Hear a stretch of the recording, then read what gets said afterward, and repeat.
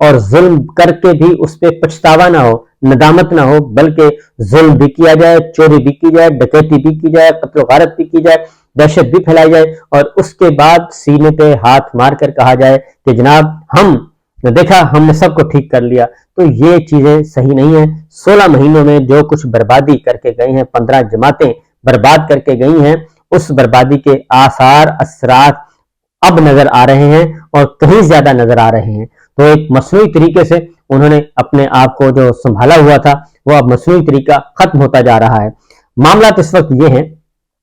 Collapse کی طرف ہم جا رہے ہیں،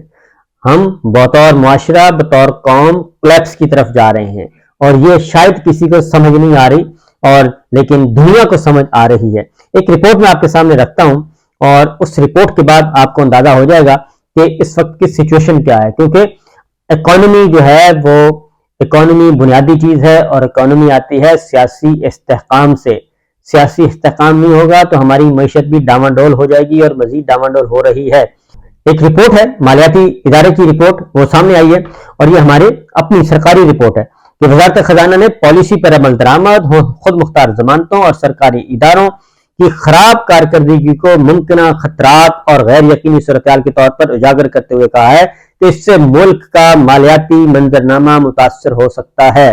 اور جبکہ مہنگائی کی ریکارڈ شرح نے ملک کے بیرونی استحکام کے لیے شدید خطرات پیدا کر دیے ہیں۔ اور یہ رپورٹ ہے جناب، ہمارے بہت ہی اچھے جرنلسٹ ہیں خلیق قیانی صاحب، یہ ان کی رپورٹ ہے۔ وزارت خزانہ نے تازہ ترین رپورٹ فسکل رسک سٹیٹمنٹ سال 2023-24 میں نوٹ کیا ہے کہ وفاقی حکومت کی جانب سے سرکاری اداروں پر واجب الادا قرض اور اس پر دی گئی ضمانتیں مالی سال 2021 میں جی ڈی پی کے 9.7% پر تھیں، اور بینک اور پبلک قرضوں پر گارنٹی مالی سال 2022 کے اختتام تک 78.4% تک پہنچ گئی تھیں۔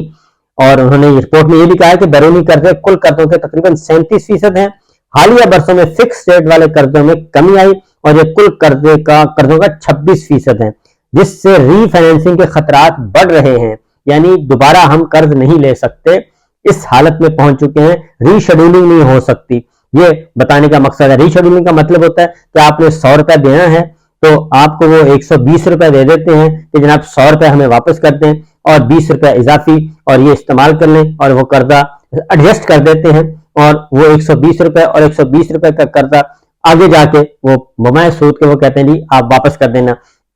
تو ری فائنینسنگ کا خطرات بھی بڑھ چکے ہیں، اور وہ بھی ہمیں نہیں ملنے والا۔ سال 2022 کے لیے مقامی قرضوں کی میچورٹی کا اوسط وقت مالی سال 2022 میں 3.6% تھا، اور ایف آر ایس 23-24 میں بنیادی توجہ مائکرو اکنامک دھچکوں اور قرض اور ضمانتوں، قدرتی آفات، سرکاری کاروباری اداروں اور پبلک پرائیویٹ شراکت داری پر رہی، کیونکہ اس سے مالیاتی خطرات ہو سکتے ہیں جن کا حکومت کو سامنا ہے۔ ان میں پالیسی کے نکات اور ایس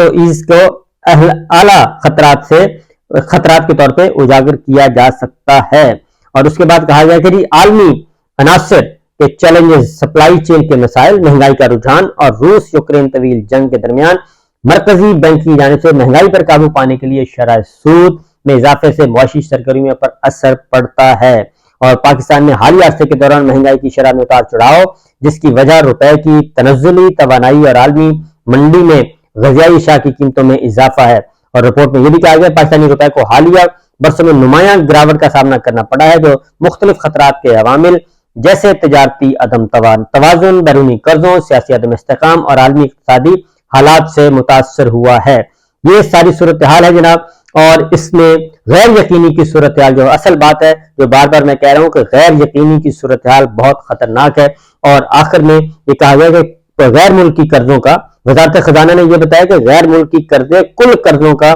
40.8% ہیں، جس کے سبب حکومت کی مالیاتی صورتحال کمزور ہو سکتی ہے۔ اس کی وجہ خاص طور پر بلند کرنٹ اکاؤنٹ خسارہ، زر مبادلہ کے کم ذخائر اور کمزور شرح تبادلہ ہے۔ زر مبادلہ کے کم ذخائر کے ساتھ غیر ملکی قرضوں کی بھاری ادائیگیوں کے سبب جو نقدیت کے مسائل جنم لے سکتے ہیں، اور شرح تبادلہ اور شرح سود میں عدم استحکام بھی ہو سکتا ہے، جس سے غیر ملکی قرضوں کا بوجھ مزید بڑھ سکتا ہے۔ یہ ایک ہوش اڑا دینے والی رپورٹ ہے، اور یہی اصل خطرہ جو ہے ہمارے ملک کو لے رہا ہے۔ اور اس کی وجہ یہ ہے، سمپل سی وجہ ہے کہ ایک ہنستا بستا جو گھر تھا وہ اجاڑا گیا، اور اس کو باقاعدہ طور پہ ڈرائنگ روم میں بیٹھ کے اجاڑا، اور جس شخص نے اجاڑا اس کو بھولنا نہیں چاہیے، اس کا نام ہے قمر باجوہ۔ اور وہ انہوں نے جو ڈرائنگ روم میں بیٹھ کے یہ ساری سازشوں کے تانے بانے بنے، اور آج اس حالت تک پہنچ چکا ہے پاکستان کہ نہ ہی انتخابات ہو رہے ہیں، نہ ہی سیاسی استحکام ہے، تمام کی تمام سیاسی جماعتیں جو ہیں وہ 15 جماعتیں کھا پی کر ہضم کر کے اڑ گئیں جن کو باجوہ صاحب نے مسلط کیا تھا۔ تو اس وقت کنڈیشن یہ ہے کہ اس کی ایک اور انریسٹ کی وجہ یہ ہے کہ عمران خان صاحب بجائے اس کے کہ اس کو کیا جائے، عمران خان اور پاکستان تحریک انصاف پرائیورٹی نمبر 1 وہی ہے جی، اس کو کرش کرنا ہے، لیکن وہ کرش ہو نہیں رہا، اور اب تو معاملات یہ ہیں کہ گھر گھر جو ہے وہ ظلم وہ پہنچ چکا ہے، اور گھر گھر ظلم پہنچنے کی وجہ سے اس وقت بار بار اس کا میں تذکرہ ضرور کروں گا کہ میاں عباد فاروق صاحب جو ہیں ان کا قصور خواہ کتنا بھی بڑا ہو لیکن ظلم نہیں ہونا چاہیے۔ ان کا پورا خاندان گرفتار ہے، ان کے بچے جو ہیں وہ ذہنی توازن کھو بیٹھے ہیں، وہ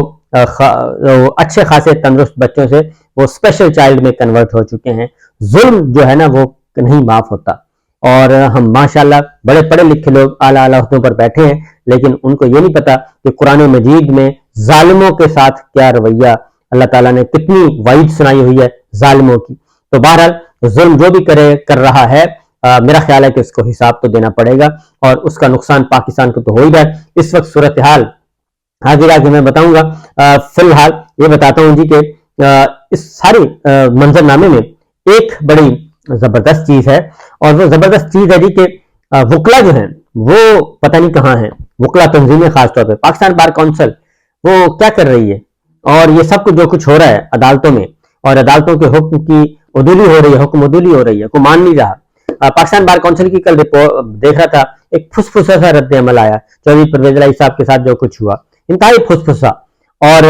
بجائے اس کے کہ وہ جاندار قسم کا رد عمل دیں، اور پھر یہ بھی میں تو یہ کہوں گا کہ چیف جسٹس آف پاکستان اور یہ اجلاس بلائیں پانچوں چیف جسٹس صاحبان کو، اور بیٹھیں اور بیٹھ کے فیصلہ کریں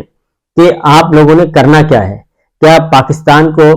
کے عوام کو کیا اسی طرح بے یار و مددگار چھوڑ دینا ہے، عدالتی نظام کو تباہ ہوتے دیکھنا ہے؟ کیونکہ اس وقت جو ہو رہا ہے یہ ایک دفعہ اگر ہوا نکل گئی کہ عدالتوں کے پاس بھی کوئی اتھارٹی ہے، وہ ایک دفعہ ہوا اکھڑ گئی تو پھر دوبارہ کسی نے نہیں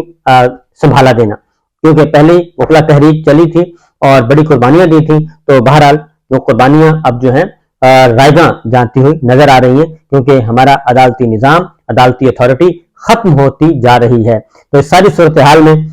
ہونا کیا ہے، کیونکہ بیچارے جو ظلم ہو رہا ہے جیلوں میں، جو قید خواتین ہیں ان کے ساتھ، جو قید افراد ہیں، سیاسی قیدی ہیں ان کے ساتھ، ان کا کوئی پرسان حال نہیں، کوئی پوچھ نہیں رہا، اور عدالتوں میں کیس جو ہے وہ گوسلوں کی پالیسی پہ تحت چل رہا ہے، اور لوگوں کو دن دہاڑے عدالتوں کے فیصلوں کی بے حرمتی کی جا رہی ہے، بے توقیری کی جا رہی ہے۔ تو دیکھنے ہیں کہ کیا ہوتا ہے۔ کل کا جو معاملہ ہے وہ پورے ملک میں میرا خیال ہے آنکھیں اور کان کھولنے کے لیے کافی ہے، ہوش انہوں نے اڑا دیا ہے کہ کل جو پورے ملک میں احتجاج ہوا ہے۔ تو جناب ہم جا رہے ہیں معاشی بدحالی کی طرف، اور معاشی بدحالی کی طرف کیا، اب ہم جا رہے ہیں خدا نخواستہ انارکی کی طرف، اور معاملات اسی طرف جا رہے ہیں، اور حکومت کی اور اس وقت سب سے پہلی پرائیورٹی اور سیاسی جماعت جو عمران خان کے مخالفین ہیں ان کی یہ ہے کہ عمران خان صاحب پہ مذہبی کارڈ کھیلا جائے ان کے خلاف، اور جیل میں ان پہ حملہ کروایا جائے۔ اس طرح کا زہر اگلا جا رہا ہے۔ پہلے بھی ایک پریس کانفرنس کی گئی تو ان پہ عمران خان صاحب پہ وزیر آباد میں حملہ ہوا، اور اب پھر وہی کارڈ کھیلنے کی کوشش کی جا رہی ہے۔ ایک طرف مذاکرات چل رہے ہیں اور ایک طرف ان کے ساتھ مذاکرات بھی کیے جاتے ہیں،